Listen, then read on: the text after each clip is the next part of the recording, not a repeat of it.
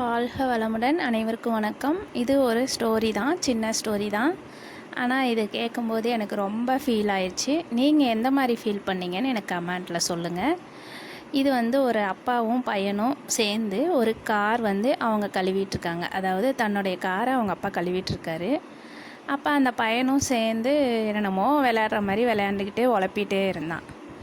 அப்போ அவங்க அப்பா ரொம்ப டென்ஷனாக இருந்தார். என்னவோ டென்ஷன், காரை கழுவிட்டு டென்ஷனாக இருந்தாங்க. அந்த பையன் போய் தொந்தரவு பண்ணிகிட்டே இருந்ததுனால அவங்க அப்பாவுக்கு இன்னும் டென்ஷன் அதிகமானது. சரி, அப்பா டென்ஷனாக இருக்கான்னு சொல்லி அந்த பையன் அவங்க சன்னு போய் அந்த காருக்கு பின்னாடி ஏதோ கிறுக்கிட்டு இருந்திருக்காரு.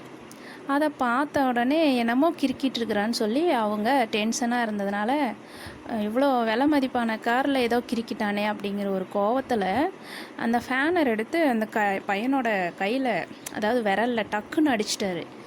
அடித்த உடனே பார்த்திங்கன்னா அந்த பையனுக்கு அந்த கை விரல் உடஞ்சிருச்சு. அதுக்கப்புறம் அவர் ஐயோ பையனை அடிச்சிட்டோமேன்னு சொல்லி ஹாஸ்பிட்டல் தூக்கிட்டு ஓடுறாரு. அந்த குழந்தைக்கு பார்த்திங்கன்னா கை உடஞ்சி அழுகுறான், வலி தாங்கவே முடியல. ஹாஸ்பிட்டல் சேர்ந்து அந்த ரத்தம்லாம் போயிட்டே இருக்குது. அவங்க அப்பாவும் ஐயோ கோவத்தில் அடிச்சிட்டோமேன்ட்டு ரொம்ப ஃபீல் பண்ணுறாங்க. அந்த பையன் ரொம்ப அழுகுறான், வலி தாங்க முடியல. அப்புறம் பார்த்தா ஹாஸ்பிட்டலில் போய் அந்த கை விரல் எதுவும் பண்ண முடியல, உடஞ்சதான் அப்படின்றாங்க. அவங்க அப்பா ரொம்ப ஃபீல் பண்ணி அழுதுட்டு வெளியே பார்க்குறாரு. அந்த கழுவிட்டு இருந்தாங்க பார்த்திங்களா, அந்த காரில் தான் வராரு. வெளியே பார்த்தா அந்த பையன் என்ன கிறுக்கியிருக்கான்னா, வெளியே அந்த காரில் பார்த்திங்கன்னா ஐ லவ் யூ டேடி அப்படின்னு அந்த குழந்தை கிறுக்கியிருப்பான், எழுதியிருப்பான். அதை பார்த்தோன்னே அவங்க அப்பாவுக்கு ஒரே அழுகை தாங்கவே முடியல. அவர் டென்ஷனில் இருந்ததுனால ஐயோ காரில் இவ்வளோ பெரிய விலை மதிப்புள்ள காரில் கிறுக்கிட்டானே அப்படின்னு அடிச்சிட்டாரு.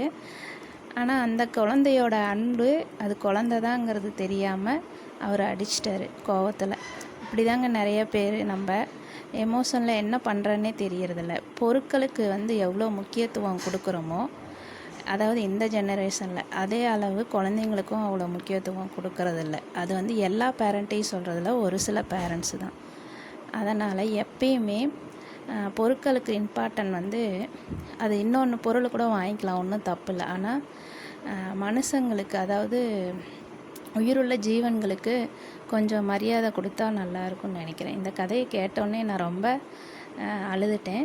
உங்களுக்கு எந்த மாதிரி ஃபீல் ஆச்சு அப்படிங்கிறத எனக்கு கமெண்ட்டில் சொல்லுங்கள். இது எல்லாரையும் நான் குறிப்பிட்டு சொல்ல, ஒரு சிலர் இப்படி தான் இருக்காங்க. பொருட்களுக்கு ஐயோ என்னோடய காரு, என்னோடய வண்டின்னு இருக்காங்க. ஆனால் மனுஷங்களை மதிக்கிறது